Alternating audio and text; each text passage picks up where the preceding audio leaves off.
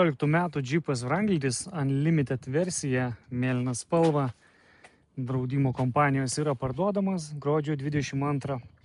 Aukcionas, 90 000 mylių.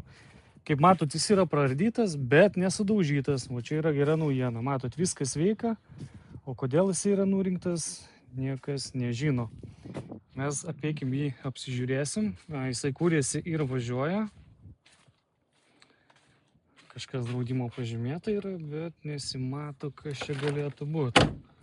Durys, žinokit, iš tikrųjų nelabai gerai užsidaro. Tai pasižiūrim, medžiaginis salonas, murzinas salonas. Kaip žmonės neišsivalo, kaip jie važinėja tokiais. Varikliukas užsiveda lengvai, čia enginas dega. Bet šiaip variklis nerodo jokių pašalinių garsų, dirba gražiai. 3.6 varikliukas. O čia detalė dar prikrauta į galą. Taip, pasižiūrim čia. Vat jums ir detalių. Ir detalės yra, kaip matau, sveikos. Tai galima bus susirinkti labai lengvai. Kablys. Taip, einam pažiūrėti čia.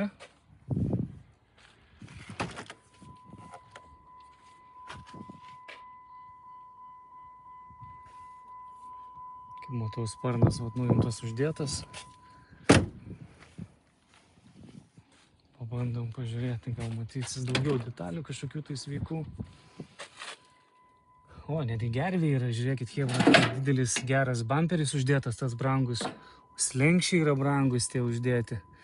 Grotelės sveikas, šonas sveikas. Nėra sveikas, bet matau, šiek tiek lenktas, bet ten meninių lyginimų labai lengvai tu padaryti. Daug detalių yra sveikų. Praardytas jisai kažkodėl tai. Bet čia atrodo viskas iš šono, iš kėbulo pusės neblogai. Čia keletą duobučių tokių. Kita pusė normali. Bet va čia viskas yra tvarkoj. Važiuoklė irgi nesimato, kad būtų kažkokia išmušta.